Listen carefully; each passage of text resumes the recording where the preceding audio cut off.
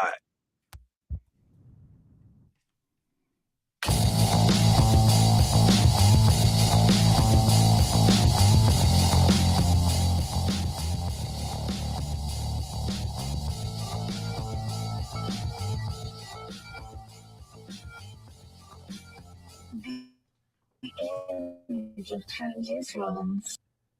You are listening to The Age of Transitions. I'm your host, Aaron Franz, coming at you live this Friday night, February 27th, 2026.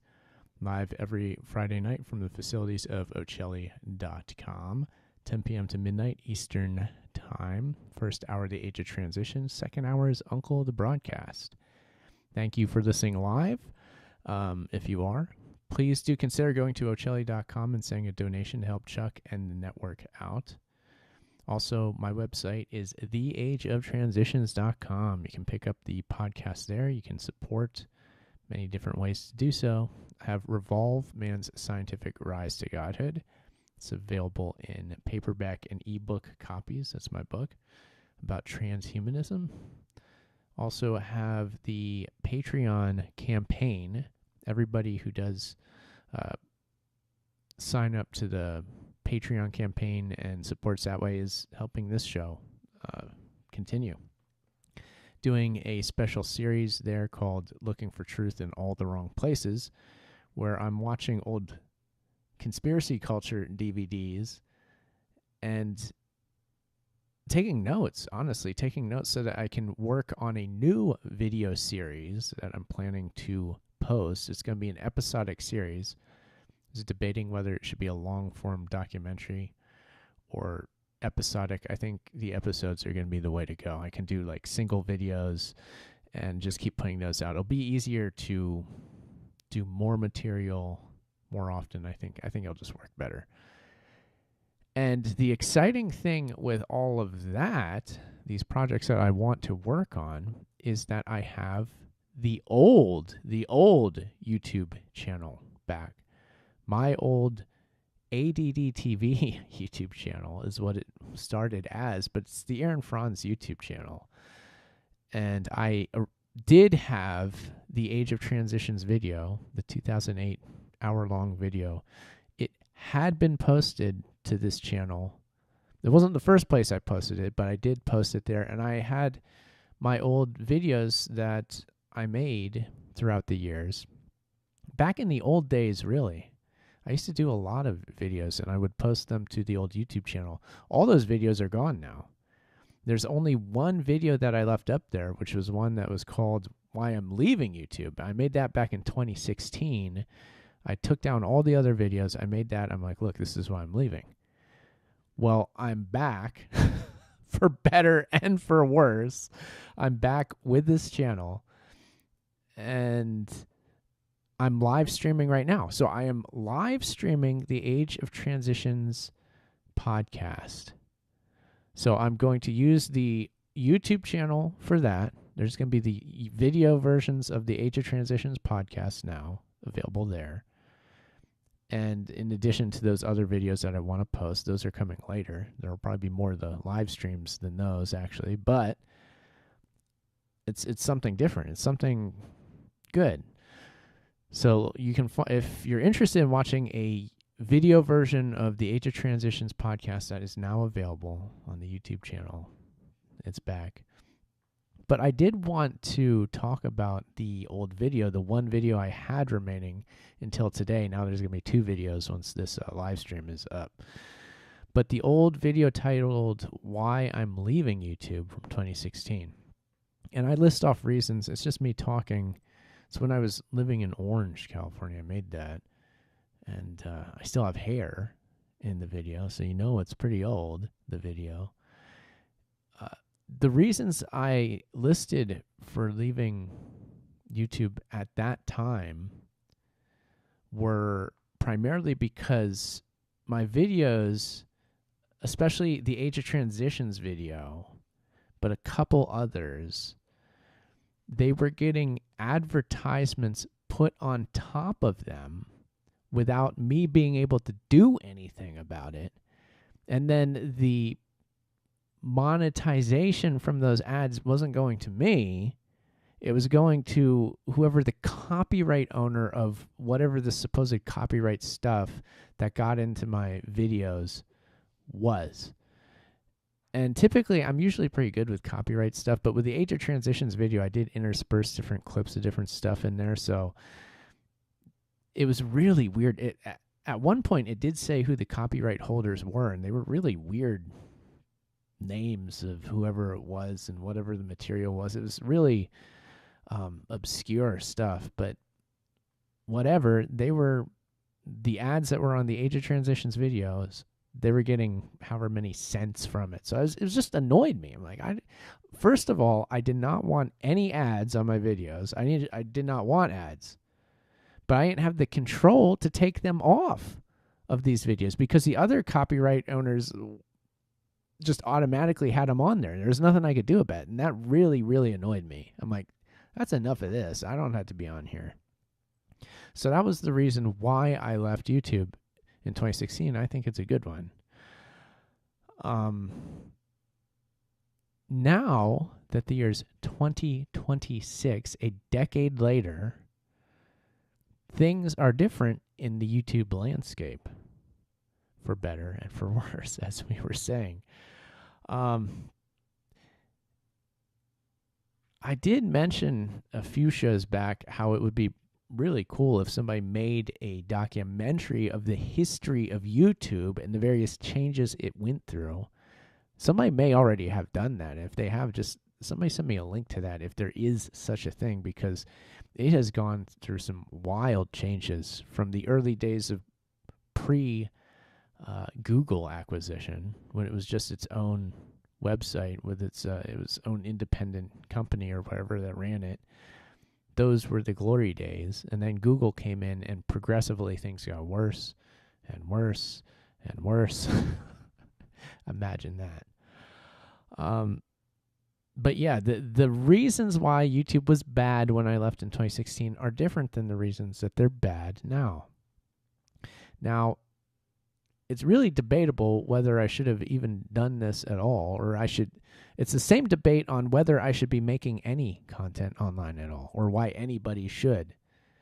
It's tough, and it's a constant back and forth with me of, is this worth it?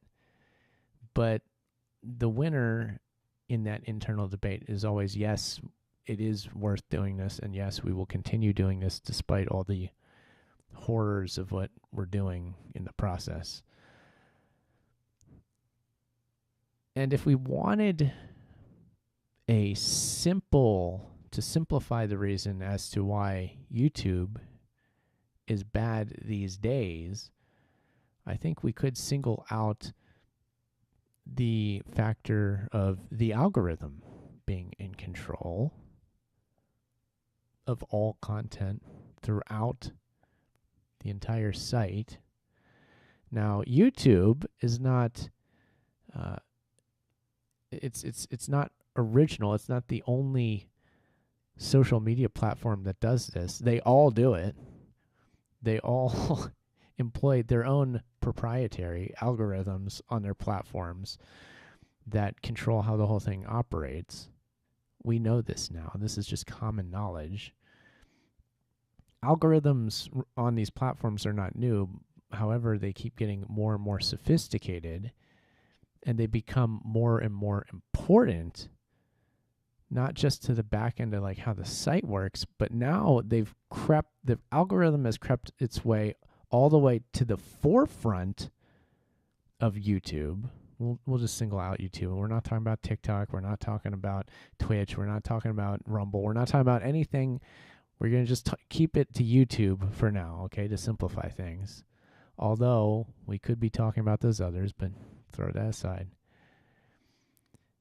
Now on YouTube, what I mean when I say that the algorithm is not just on the back end, but has moved to the front, is that content, whether consciously done or not, content, and honestly, mostly it's consciously done by creators, content is crafted to serve the algorithm. explicitly, in explicit terms, and this is where it is consciously done, not just subconscious. People explicitly make their media, content creators are creating their content, and the way that they're doing it is in service to the algorithm, YouTube's algorithm. And if you go onto YouTube and you look up the different gurus of the guys that are saying, like, do you want 500,000 subscribers in a month? Do this. The guys making those videos. You watch any of those videos, they were like, the algorithm is doing this, it's doing this, you have to set these settings, you have to do this, you got to make sure you make your title like this, your content has to be made with this, make sure you don't do this, don't do that, don't do this, don't do this, don't do this, that, or this or that. Did you get that list of things? They give this specific list of things that you are to do and not to do. And every single one of those things is in service to the algorithm. Because if you don't do that, you become you by default are invisible. You will not be found on YouTube.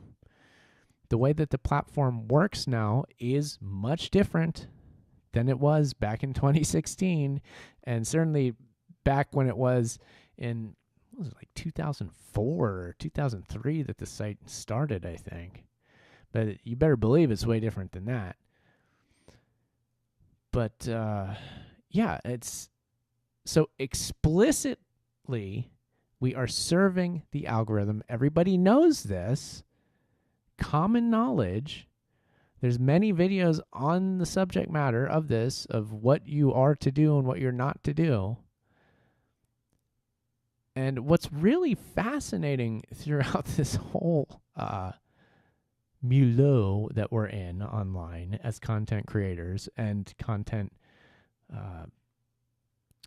consumers, both of us, what's interesting is how little this is called into question. Like it is. I mean, don't get me wrong. I'm not the only guy who's complaining about algorithms and what they're doing to us. That's beyond a stretch of the truth. However, through all this talk of we have to do this, your content has to be this. What are you even thinking if you're not doing these things? You're wasting your time. It just seems like where is the conversation of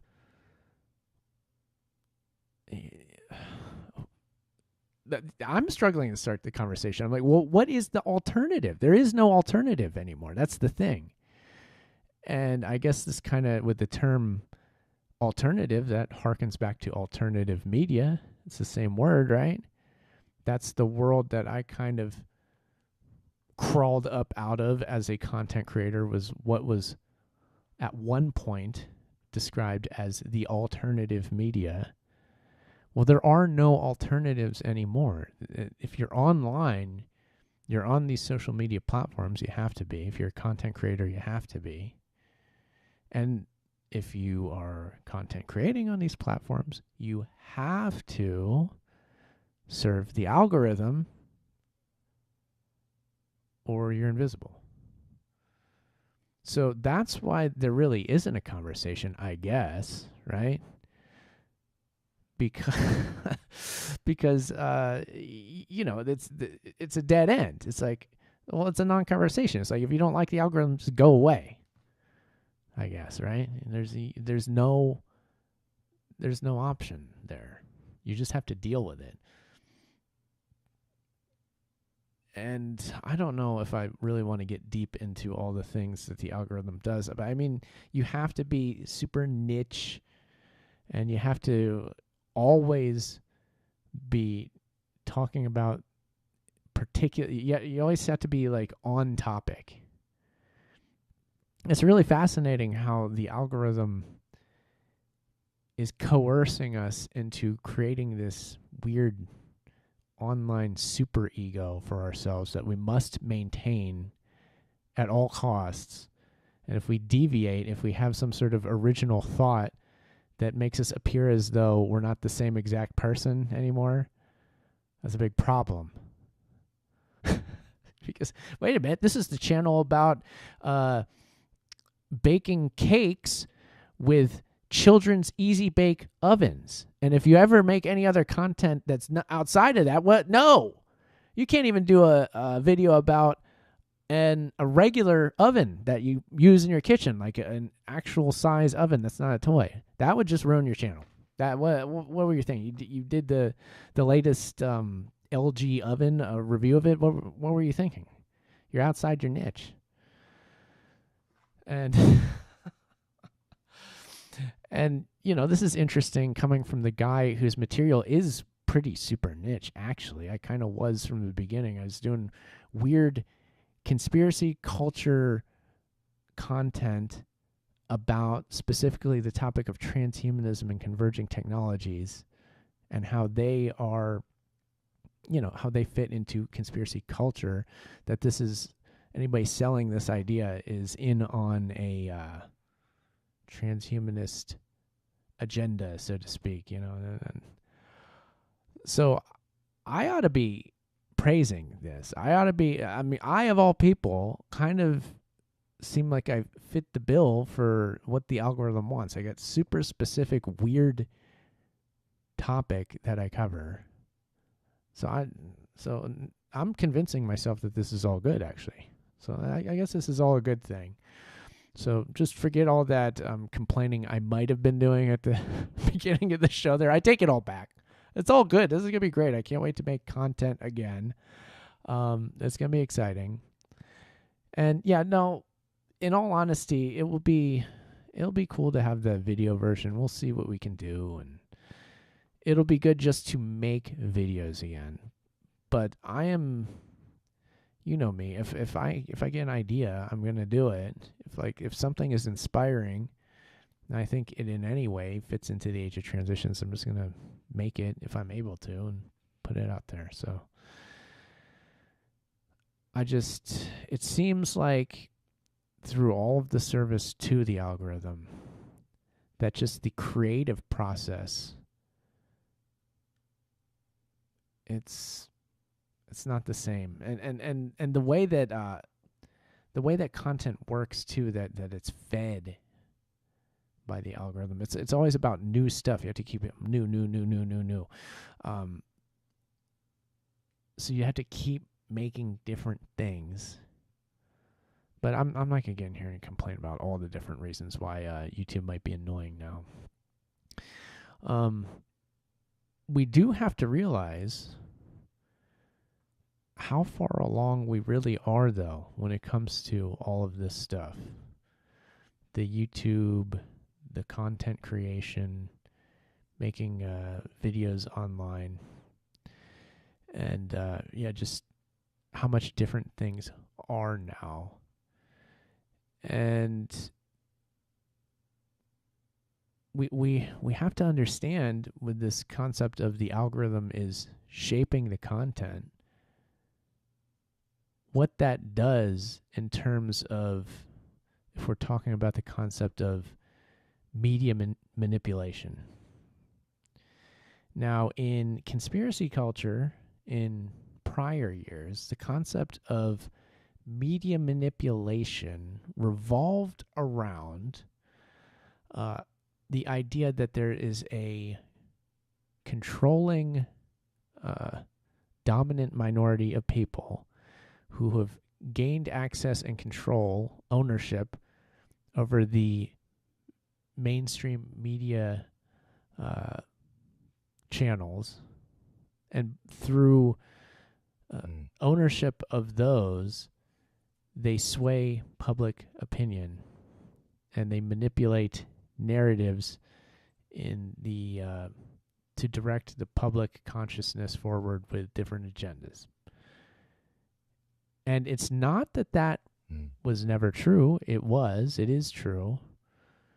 It's not that it's not true now. It is. And in fact, if we're talking about media consolidation, that only gets worse and worse all the time. The same few people gobbling up more and more different sorts of media, old and new. I'm always talking about this on the show.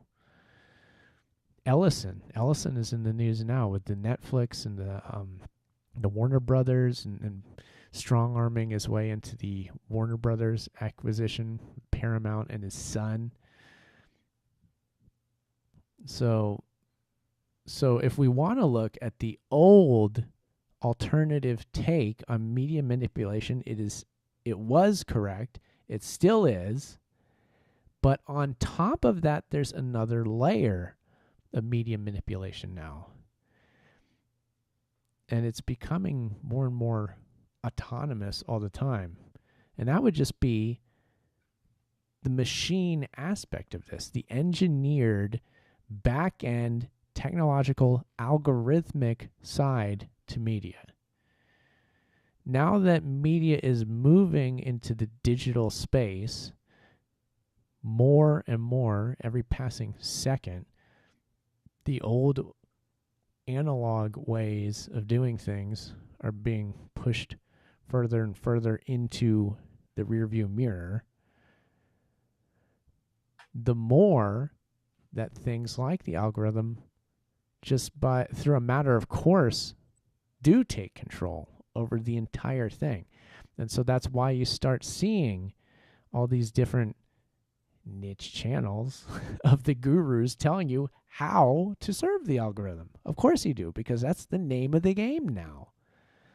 So control over media is being perfected in the same way that technique itself is perfected.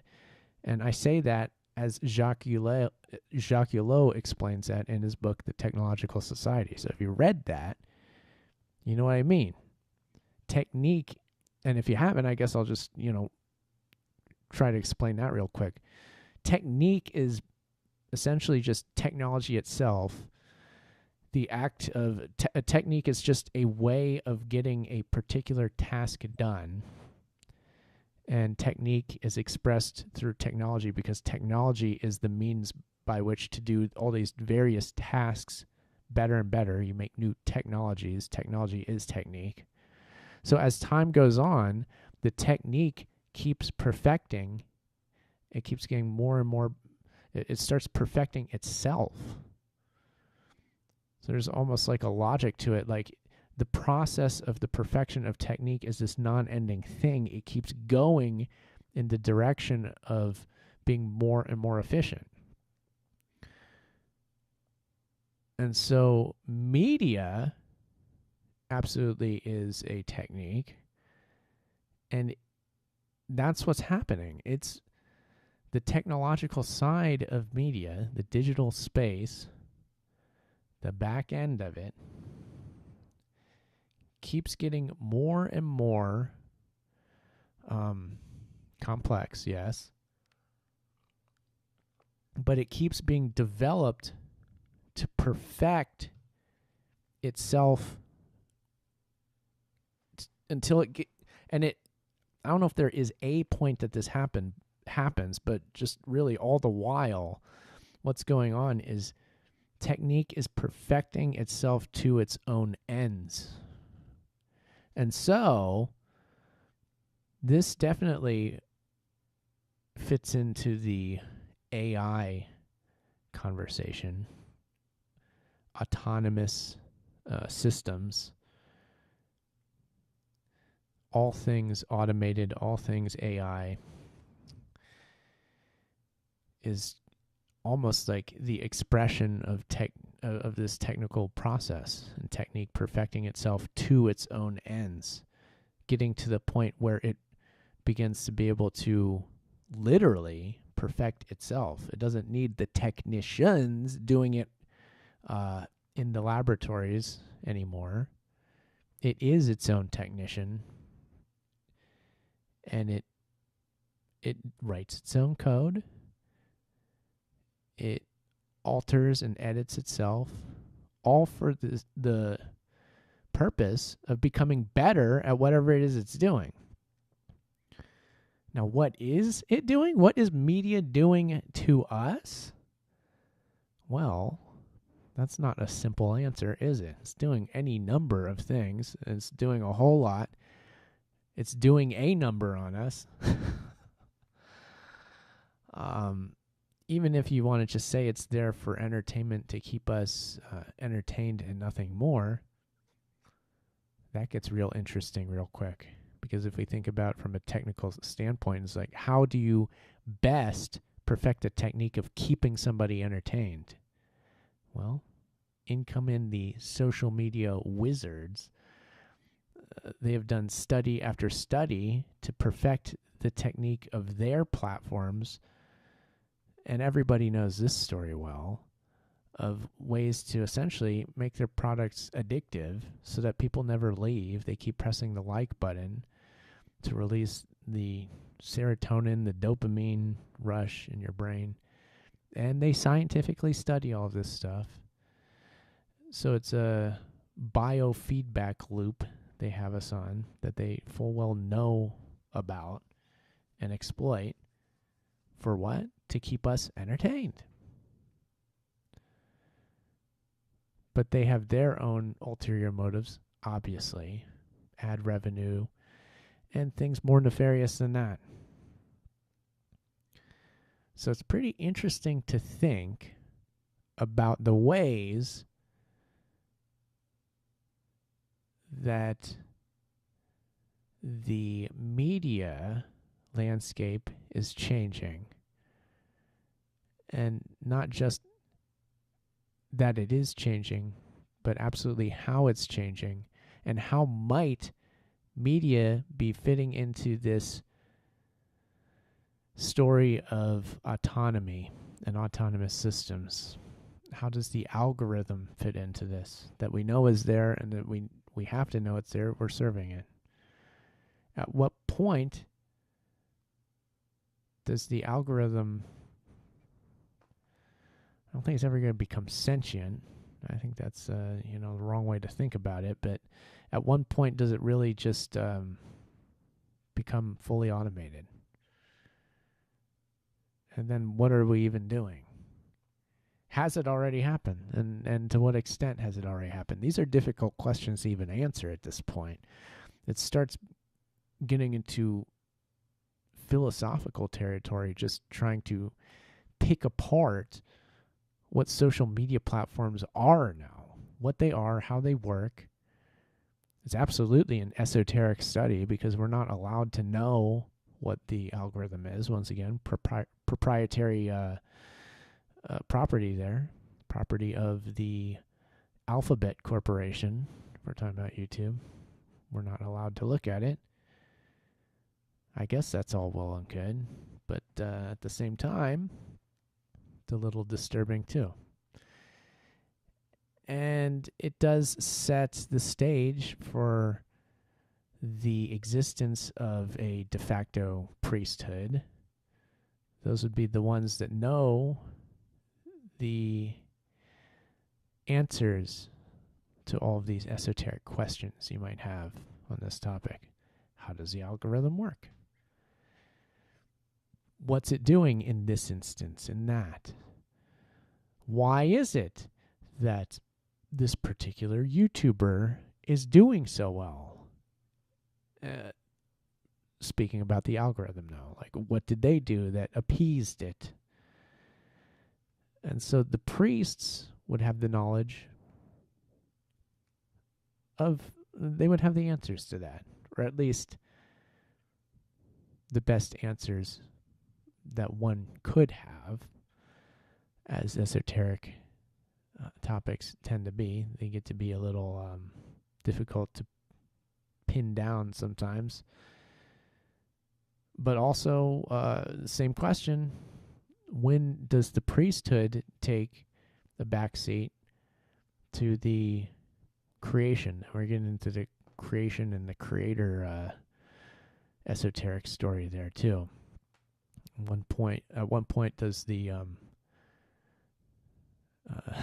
the creation become alive and in control of itself? So these are all just fun things to think about when we're making YouTube videos about how to be good at YouTube, among other things, or whatever our niche happens to be. Mine, I think, is about conspiracy culture transhumanism videos, maybe, until it's not, until I decide to make something different. I really ruin my whole channel because of it. But we'll see what happens. Last week's show, I was talking about artificial synchronicities. I was trying to figure out whether I experienced an artificial synchronicity in my life, just my boring, mundane, everyday life.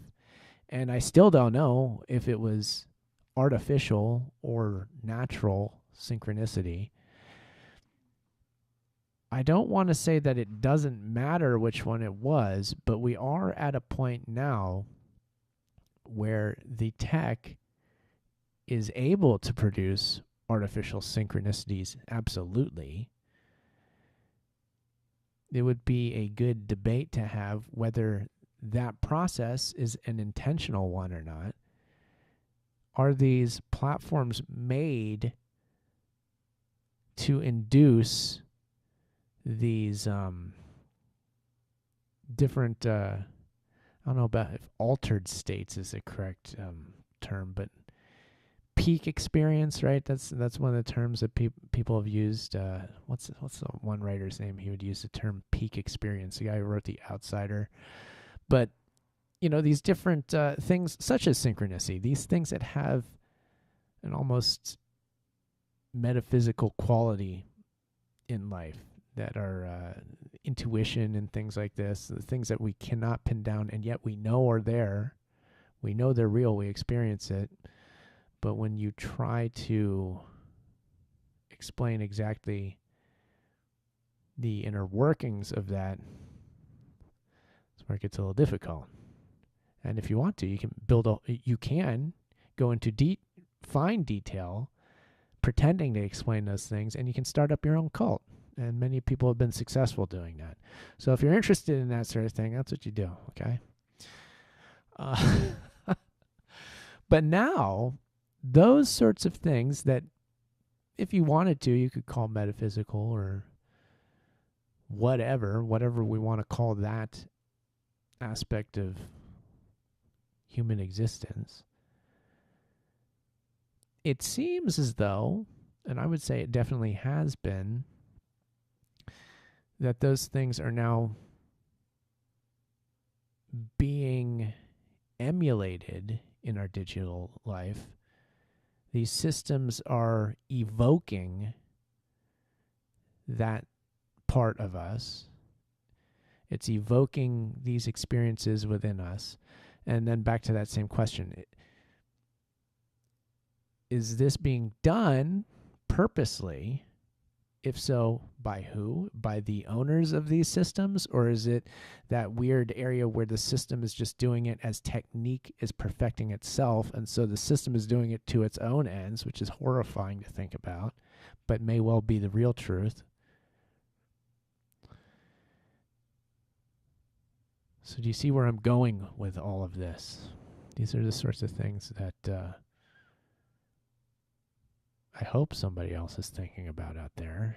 I have to imagine they are. Perhaps I should invite some guests who are. If anybody knows specifically, if anybody's talking along these lines about these weird sort of ideas, just send me an email and let me know who is, and I'd gladly have them on as a guest on the show. I am working to get some guests. I will have some guests. It's been a while since I have, but they will be here. And as I'm making this, I'm thinking about, what I could do with the graphics on the video end with a guest. So that'll be a fun thing to work on. So not to worry, everybody. This is not going to always be just a solo show with me talking and nothing else. I will have guests on here, and I want to, and I will. And I have had in the past many different guests, lots of really great ones. Been able to talk to a lot of really cool people over the years.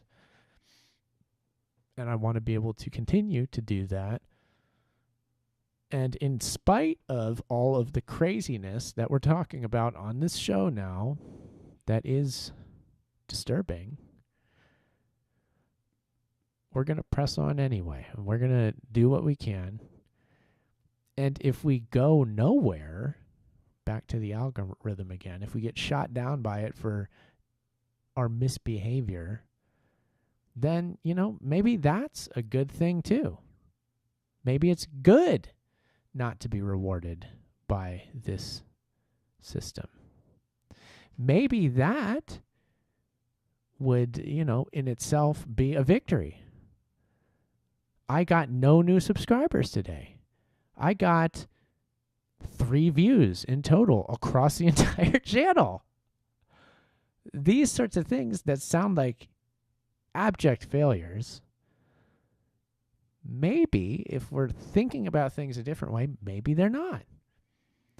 And so I don't know if I'm fully coming from that point of view all the time in the making of this media, but what I'm going to do is say, as I always have, say, come what may, we're going to do things our way, going to put this out, and if it goes nowhere, not only is that okay, once again, perhaps that's evidence that we're doing the right thing.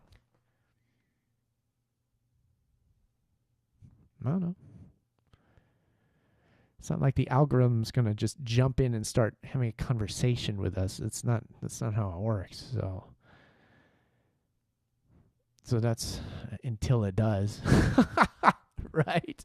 Is it going to be the agentic AI revolution where the algorithm is represented by a live chat bot that I can talk to on the podcast? I can just call it in. I can prompt it on anytime I want. I just call out to it and it pops in as a guest. So my guest would just be, in this case, I'd want to talk to the YouTube algorithm, and it would be done through the Google's proprietary chatbot system, which I forget the name of it. I know that there are several of them. Gemini was a thing that Lemoyne was working on, right? I can't keep up with the names of their products. It really doesn't even matter. Do have a esoteric significance in their names, Gemini, but what else is new? Priesthood, after all.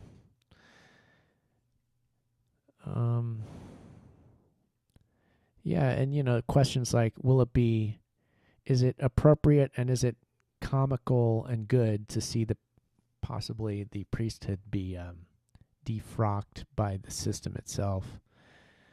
That could be funny, at least maybe for a minute, until the system starts doing even more terrible things to the rest of us.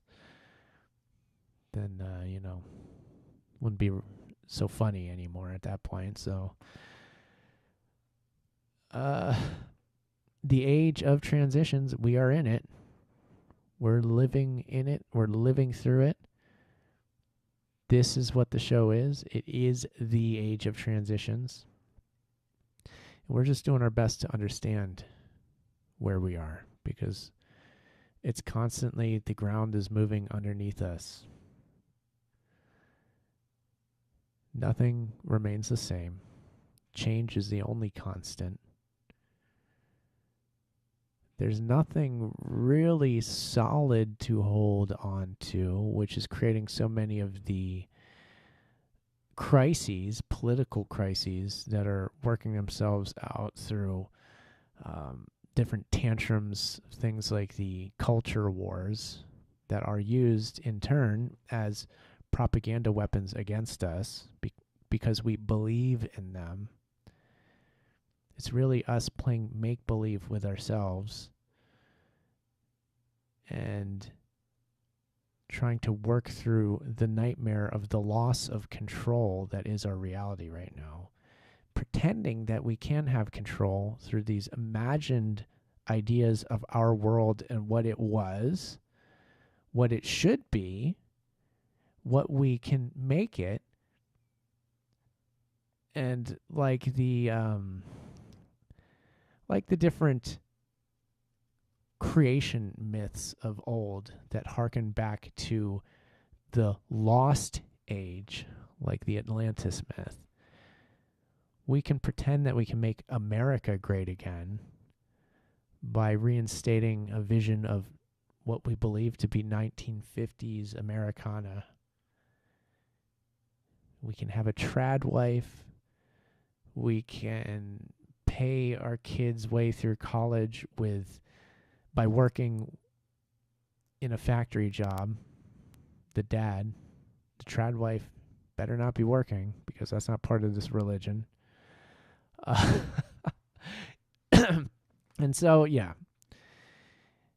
To anybody who hasn't noticed yet that all of that myth making has been used as propaganda against anybody who will buy into it,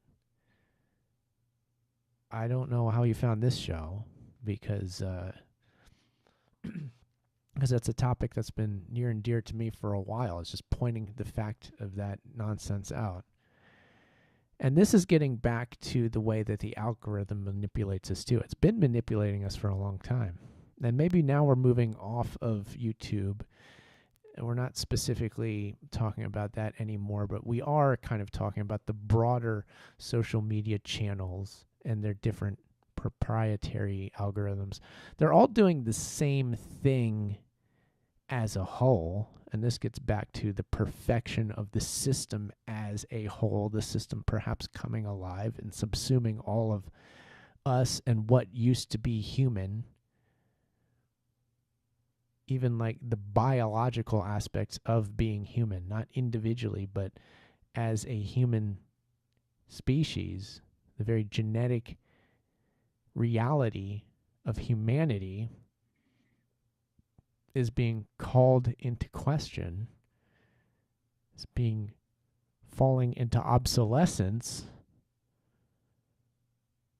via this weird biofeedback loop we have with the artificial world that we created, but every moment becomes more and more out of hand. And yes, hand is a esoteric thing. It is our body's tool to shape the world. The opposable thumb. One of the things that sets us apart from the primates. I bet they wish they had one of these things. They don't.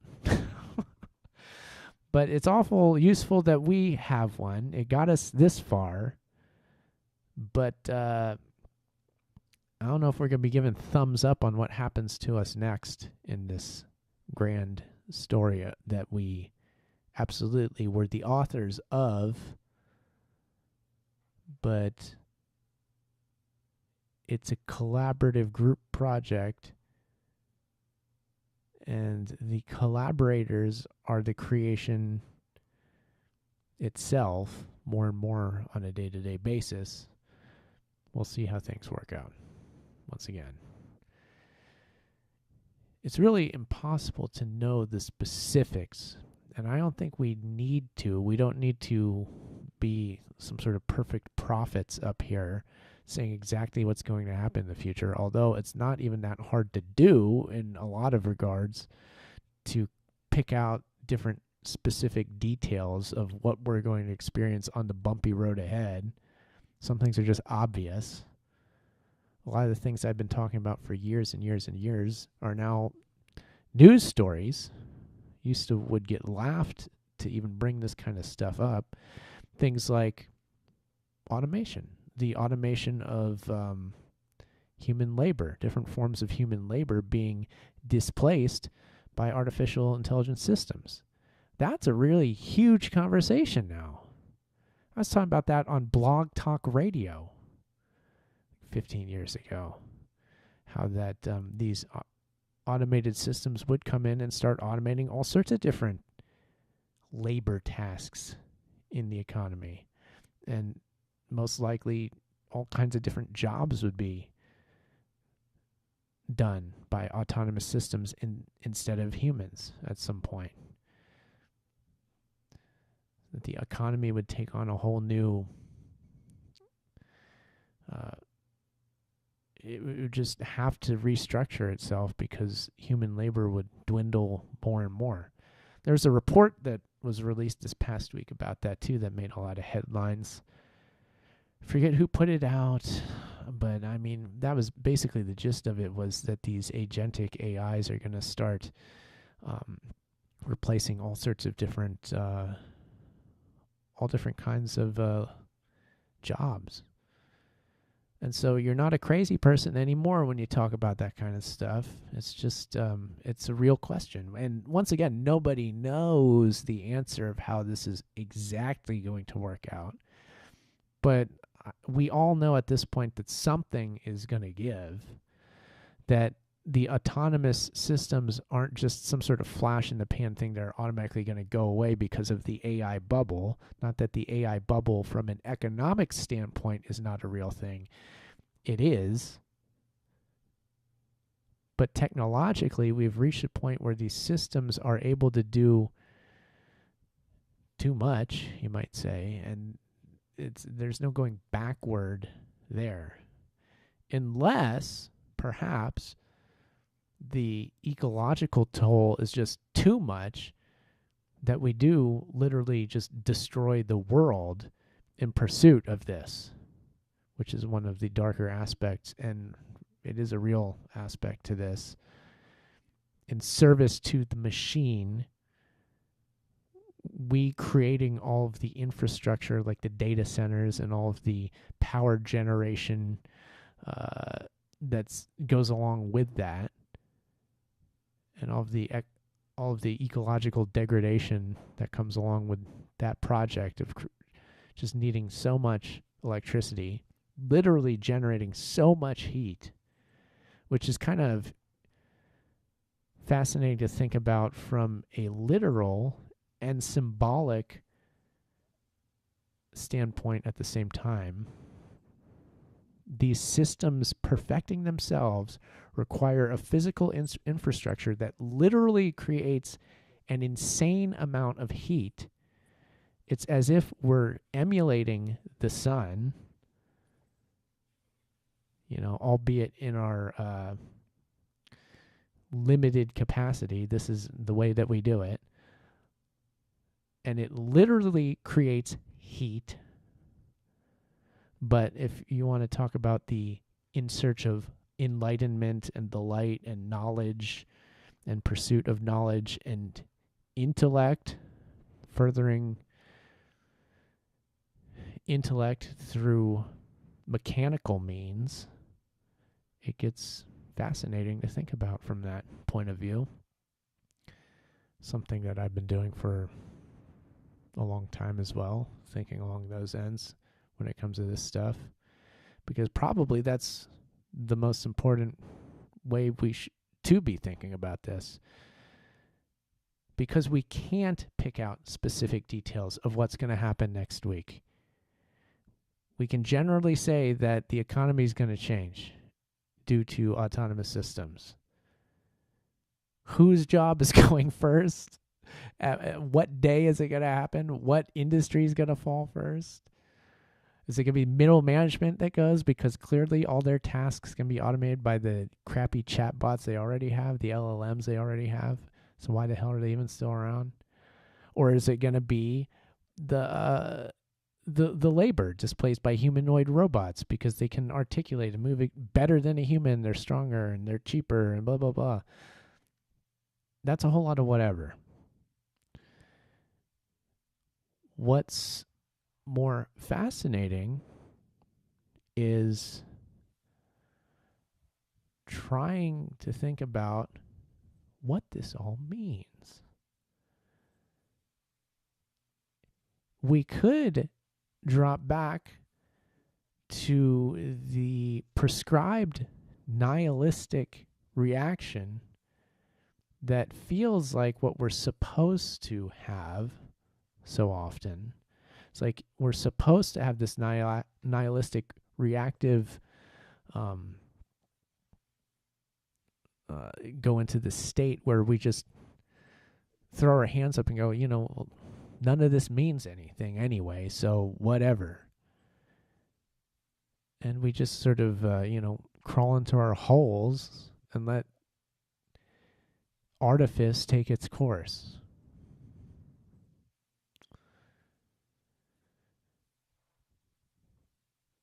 it seems like we're encouraged to go that direction. Once again, the question pops up, who's doing the encouraging? Is it the media manipulators of the human variety, which is insidious? Or is it the media manipulator of the technical variety?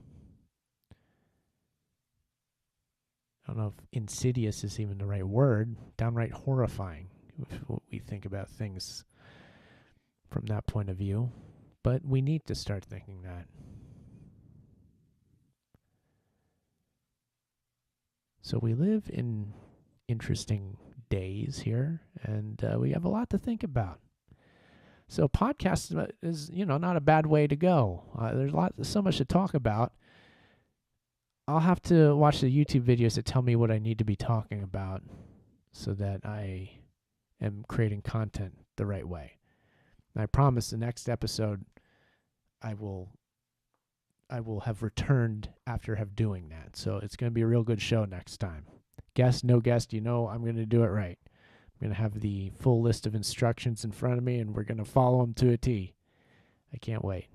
I hope you can either.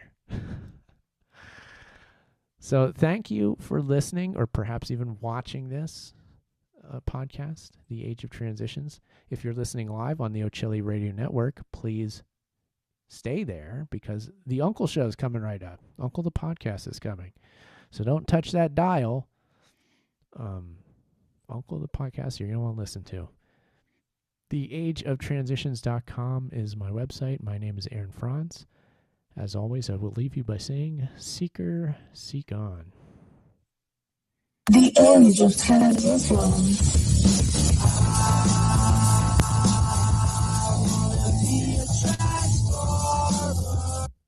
Hey.